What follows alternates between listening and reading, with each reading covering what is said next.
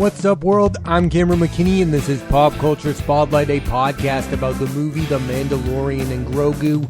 Here's a quick synopsis. Mando has been hired by the New Republic to rescue Rada the Hutt, the son of infamous gangster Jabba the Hutt. The film stars Pedro Pascal, Jeremy Allen White, Sigourney Weaver, Martin Scorsese, Brendan Wayne, Lateef Crowder, and Stephen McKinley Henderson. Standout performances. Now feels like a good time to have a chat about Pedro Pascal, and most of the conversation surrounding him is how many people believe he's become overexposed.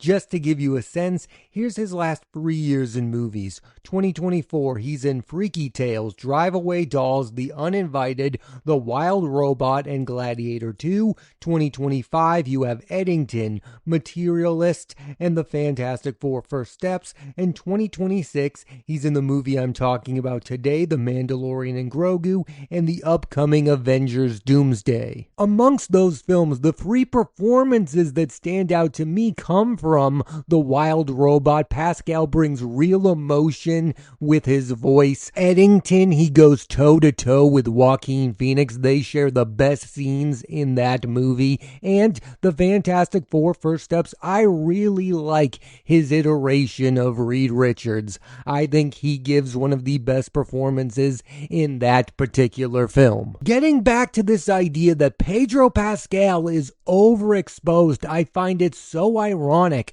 that some of the backlash towards this movie, The Mandalorian and Grogu, is that it doesn't have enough Pedro Pascal, that he's not the one doing his own stunts, and that he's not the one in the suit for the majority of the film. I have always viewed his performance as Mando as more of a vocal performance, and I do think he really does have a distinct voice, and I don't necessarily need to see him play this character without his mask more. I don't need more Pedro Pascal in The Mandalorian. Besides Avengers Doomsday, Pascal will next star in Behemoth from Tony Gilroy and De Noche from Todd Haynes. Now that is something you like to see, an actor using his newfound fame from giant blockbusters to work with great filmmakers. Maybe it's weird to bring this up for this particular movie, but I think we've gotten to a point where getting the most famous actor to voice a character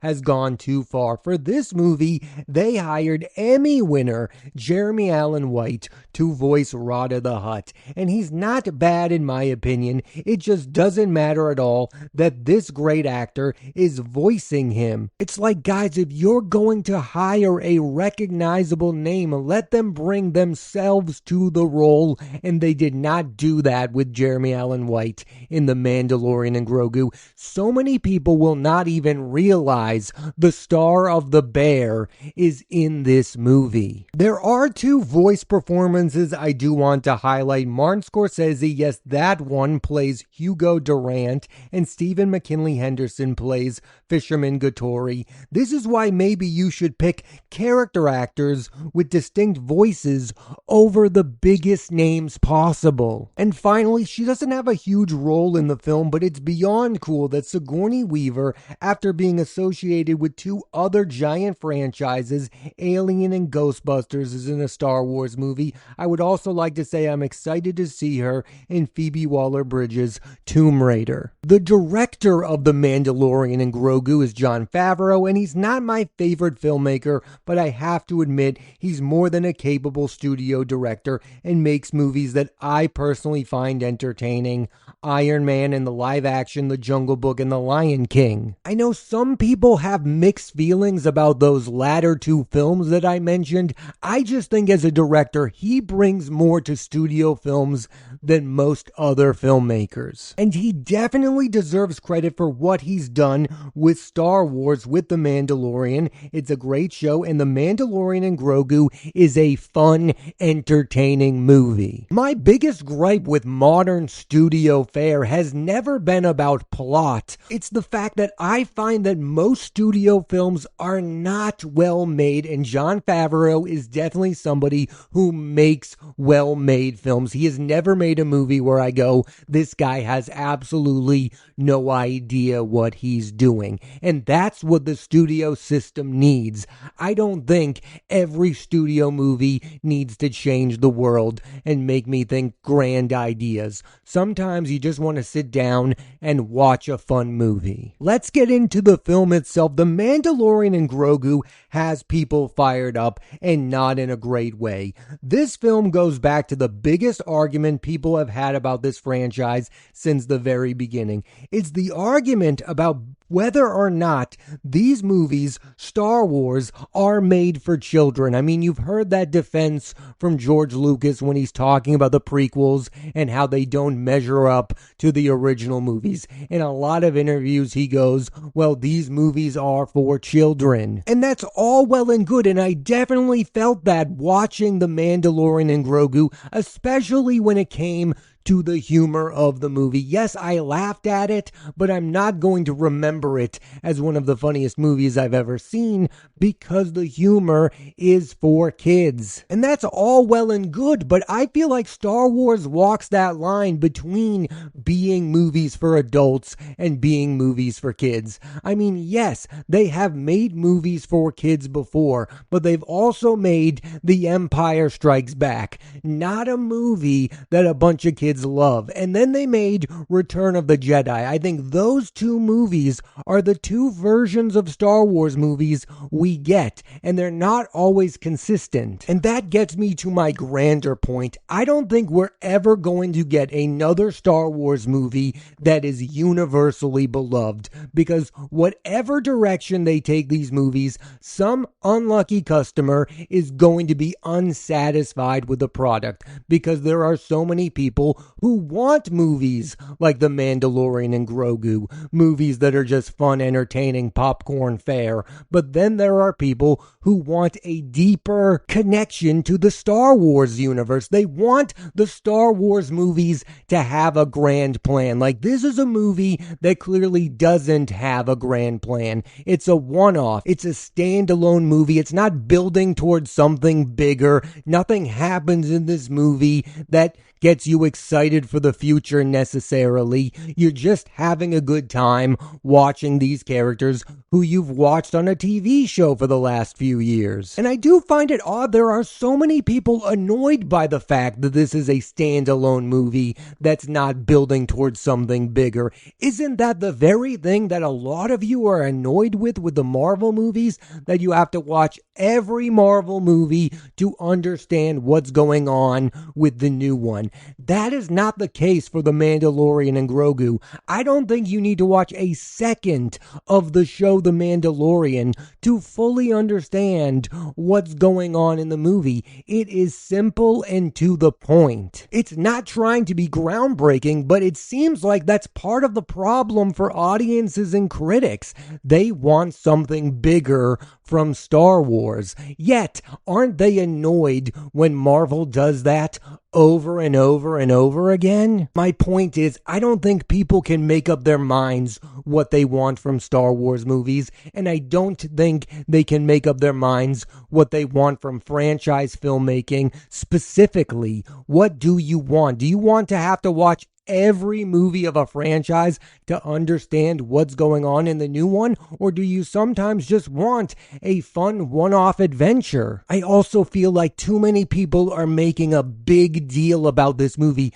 I don't think this is what Star Wars is going to be moving forward. I think this is kind of an ending to that television show. I don't know how much more of The Mandalorian and Grogu's adventures you're going to get. Obviously, if the movie is a success, I think there's a chance there's going to be a sequel. But I don't think this particular film defines the future of Star Wars. And quite frankly, I really do believe that this is a movie and not a fourth season of the television show, due to the fact that there hasn't been a Star Wars movie released since 2019. They felt like they had to make a movie. And we could have a debate whether or not that's the right idea. I mean, people waited decades for The Phantom Menace. That was a big deal. I don't think the relevancy of Star Wars is going away. I feel like people still watch the movies, people are watching the new shows. Maybe they don't feel huge at the time, but I feel like people still passionately care about Star Wars. I mean, how many people out there think that Andor is one of the best recent television shows? Those people exist. Star Wars still matters. Another critique I'm hearing a lot when it comes to The Mandalorian and Grogu is that the adventure itself is not big enough. And I like the movie's small scope.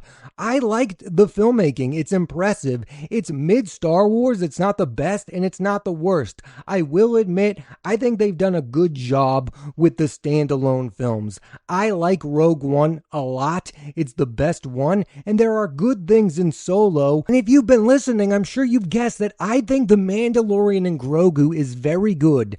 I think it's the movie I expected it to be. Here's my big gripe with the movie, and I think many people have been vocal about this problem as well. I think it's the issue with making a movie out of a TV show, especially when you make it without a lot of the characters from that show. I mean, this movie has different actors. There's no Giancarlo Esposito, there's no Katie Sackhoff, and there's no Bill Burr. I think having just one of those three actors appear in this movie would have made it felt like more of a big deal to people who like the show, The Mandalorian. See, that's the conversation we should be having. Not is this a good movie, but does this satisfy people who love the television show, The Mandalorian? Just a few weeks ago on this very podcast, I talked about the Peaky Blinders movie and how I felt kind of unsatisfied by the finished product. I can admit I thought it was a good movie,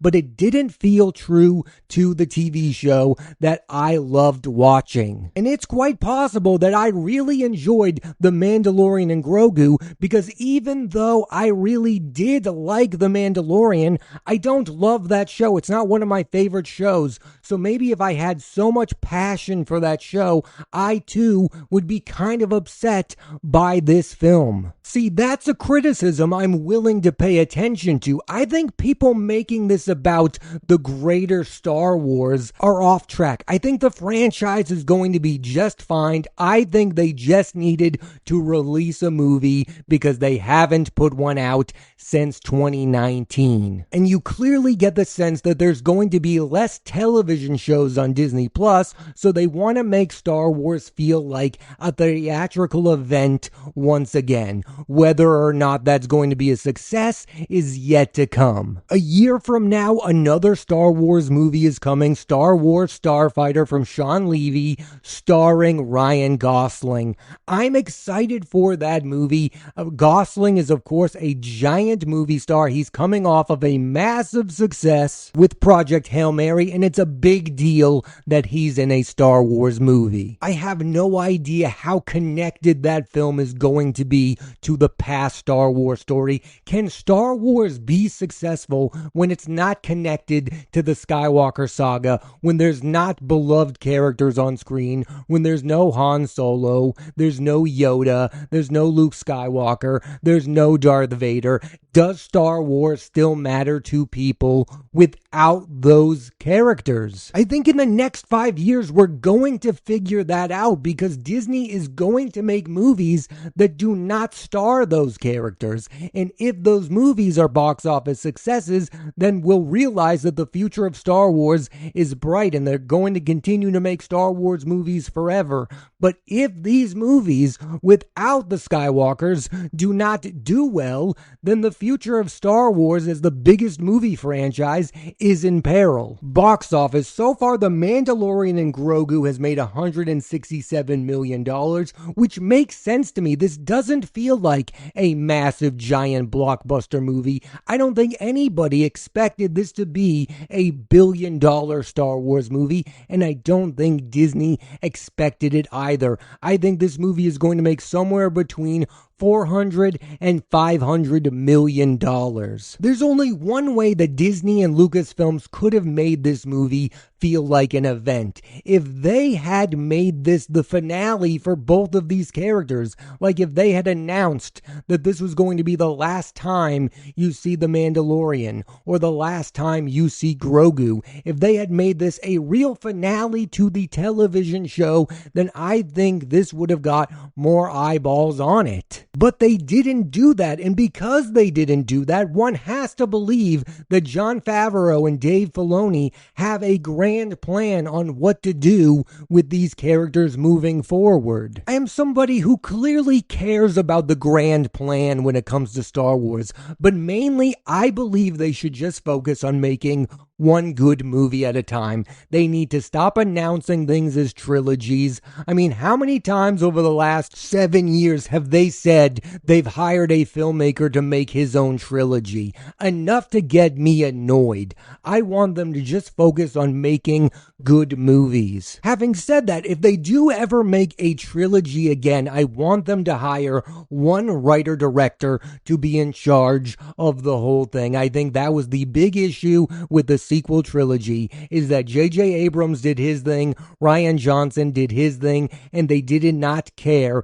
if the two things connected well with one another. If they are ever going to make another trilogy, they need to have a beginning, middle, and end already planned out. And I think we can all agree on this. This is a franchise that needs to stop caring about what the public thinks about it, because too often they succumb to public pressure. For instance, The Rise of Skywalker felt like a reaction to the perception of The Last Jedi. Just make the movie you want to make. Do not care if everybody loves it, because when it comes to Star Wars, it's impossible to get everybody on board with one singular project. There are things in every Star Wars movie and film that people love and people hate. You're not going to get everybody. That's another thing that I find truly fascinating about the state of Star Wars. Should they be in the business of trying to get new fans?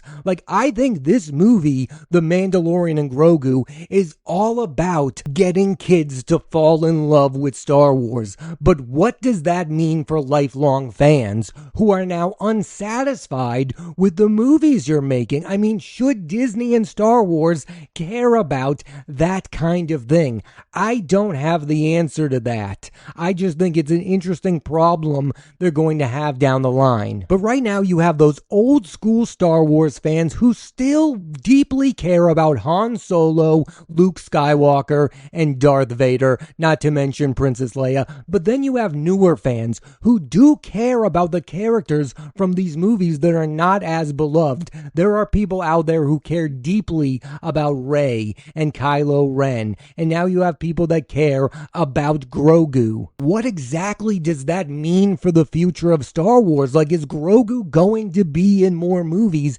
I don't know if there really is a plan, or they're just going from season to season of the show and now to this movie. What I kind of expect at some point is for Grogu to start talking like Yoda, but we are now, 3 seasons of a TV show and now a movie, and he's still a baby. I'm alright for this movie not having a grand plan and just being a one-off adventure, but I do want there to be like a grand finale for the journey of Mando and Grogu. I think we all want that. I think we all deserve that as audiences because we've watched that television show. That is the difference between a movie and a TV show, is at some point you have to land the plane here because we've invested so many hours. The problem is most TV shows do not end well. That is why I thought The Mandalorian and Grogu would close the adventure of these two, but I think the door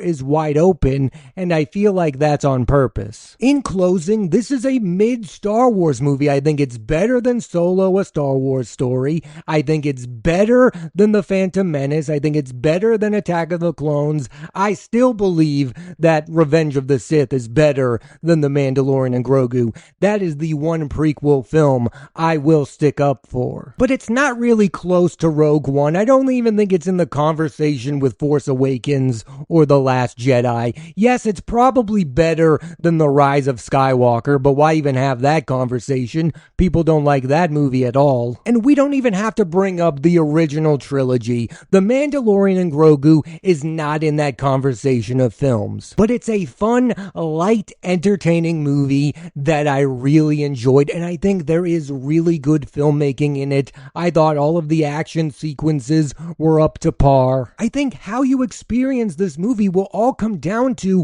what are your expectations going into it. If you're expecting a big, giant movie that's going to change the fate of Star Wars forever, this is not the movie for you. But if you're just in it for a fun popcorn film, you're going to enjoy The Mandalorian and Grogu. Thanks for listening to this edition of Pop Culture Spotlight. I'm Cameron McKinney, and there'll be a new episode of the podcast every Thursday on Apple Podcasts and Spotify. I highly recommend you check out The Mandalorian and Grogu. Next week on the podcast, I'm talking about the film Fuse from director David Mackenzie, starring Aaron Taylor Johnson. So tune into that and please rate, review, and subscribe.